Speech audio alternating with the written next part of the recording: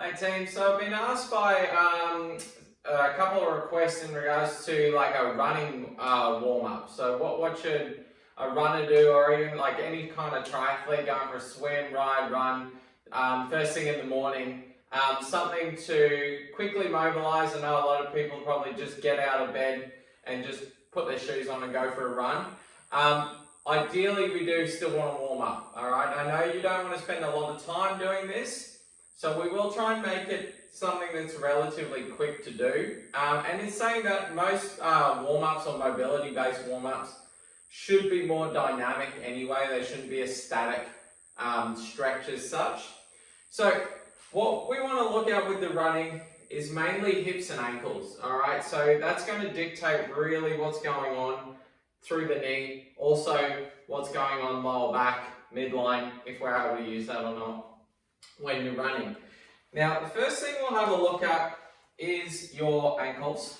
Okay, so we are going to start off on your front, lifting your hips up really high, and we can just go through calf pumps. So we can just keep moving, driving the heels through the floor. We just want to get some range going and get some blood flow through the calf there, the soleus, all the way around the ankle.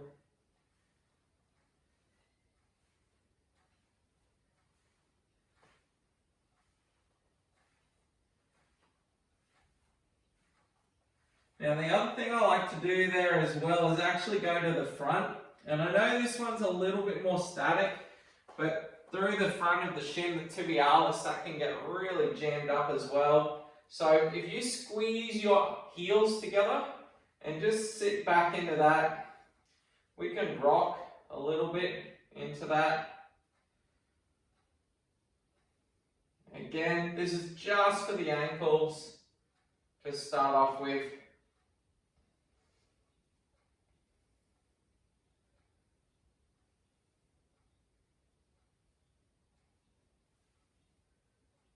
Again, just keep squeezing the heels together there.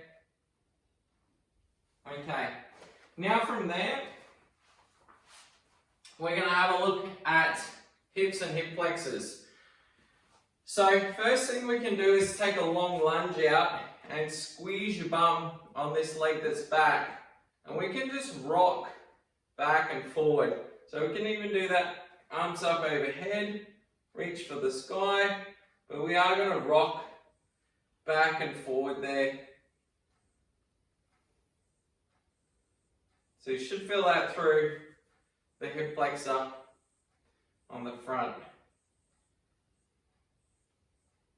Okay, now from there, on this front leg, we're going to push that knee off to the side and back in.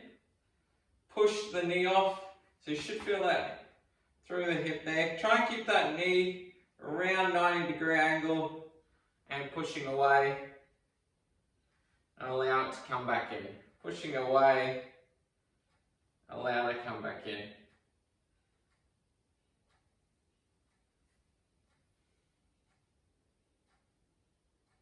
And we can also from here, if you have one hand on that leg or that, and just sink or squeeze your bum on this back side, we can turn in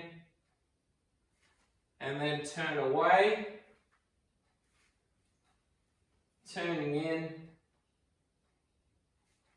and turning away.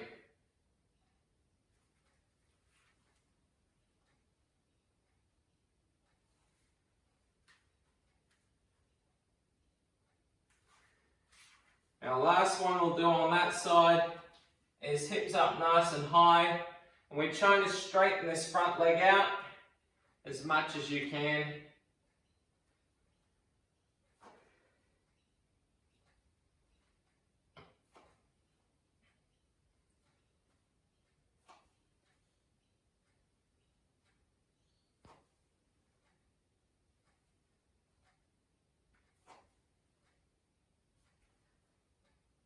Okay.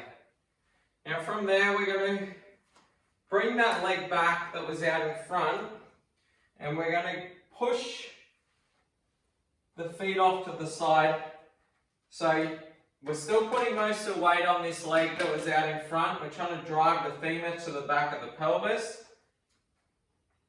And this is for internal rotation.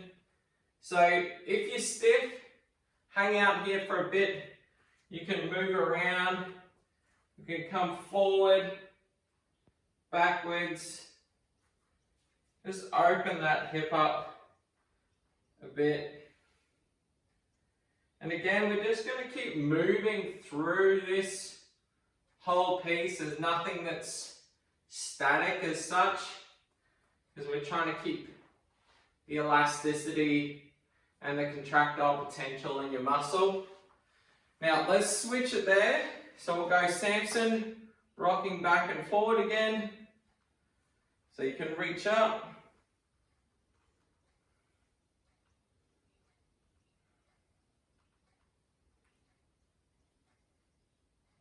Again, try to keep the glute on that leg that's back.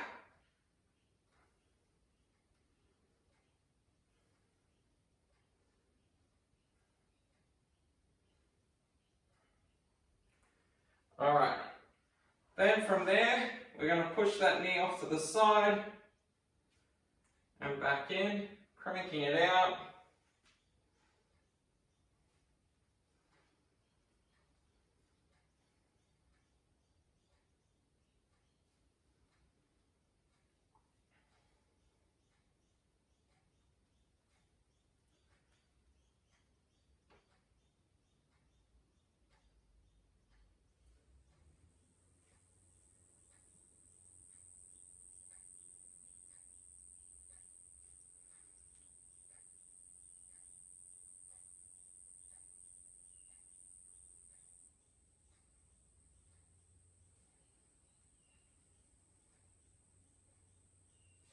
Alright, from there, that leg that's in front, we're then going to go hand on the hip and drop down.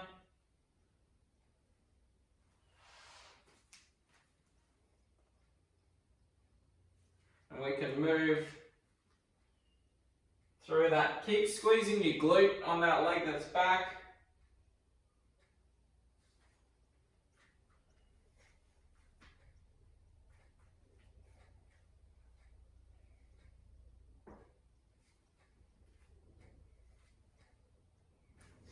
Okay, from there we'll go knees together, and we're going to push the feet off the other way this time.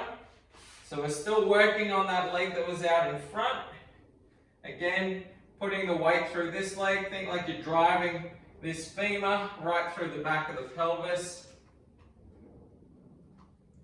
And we can move around here. Again, if you find it stiff, you can hang out here a little bit longer. But we need both this one and the external, so internal and external rotation for your hip to be able to move properly. Again, just search, find angles that might be a little bit stiff.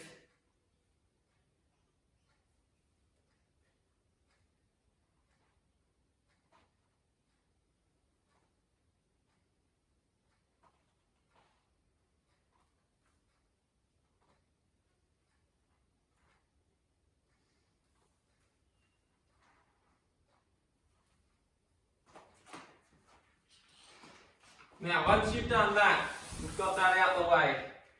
All I want to do now is put a fair bit of blood around the knees and the ankles, and we're also going to promote some mobility here. So whole foot stays down. You're going to stay nice and tall, like your back's against a wall, and you're going to allow this knee to come as far forward in front of your toes as you can, and then back from there.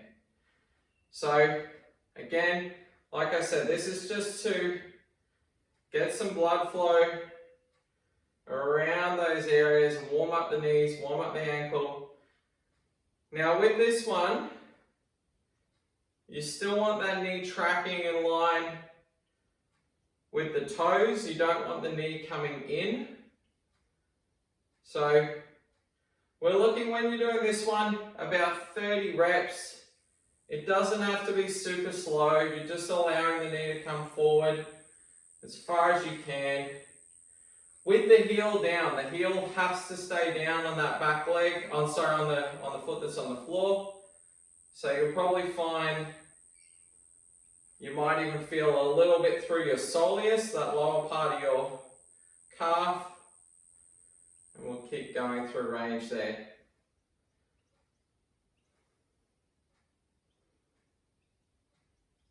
Again, this doesn't have to be super slow, we're just getting the movement there.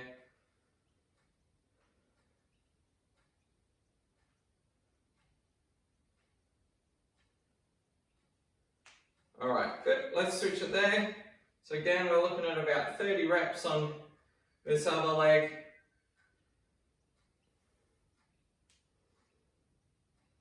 And you just want to keep increasing the range there on that knee. See if you can go a little bit further forward on each one.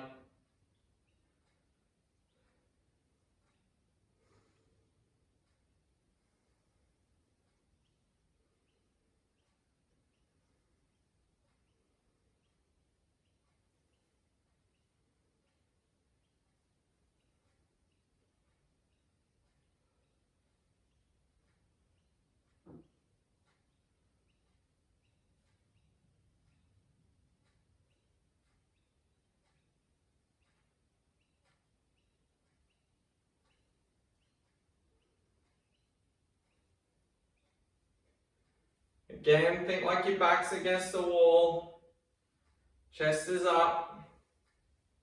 Alright, now we've done that, we're going to get the calves fired up.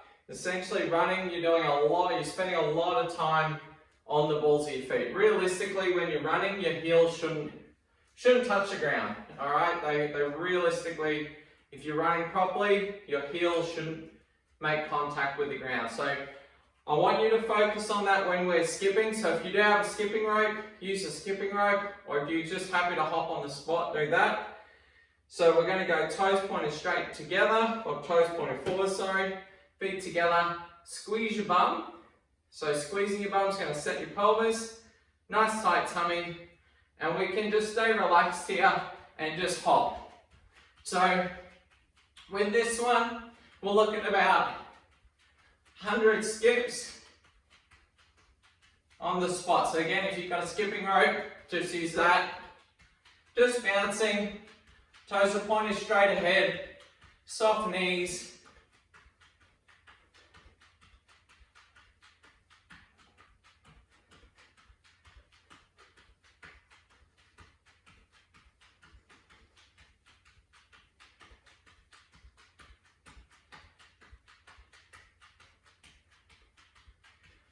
Good. Now once you've done that, once you've hit 100, you can start your jog. So just start out slow, build your pace up, but you should be well and truly ready to go after that. Shouldn't take up too much of your time before you go for run, ride, swim, but it is something you should be doing every time you go out. Enjoy the rest of your day.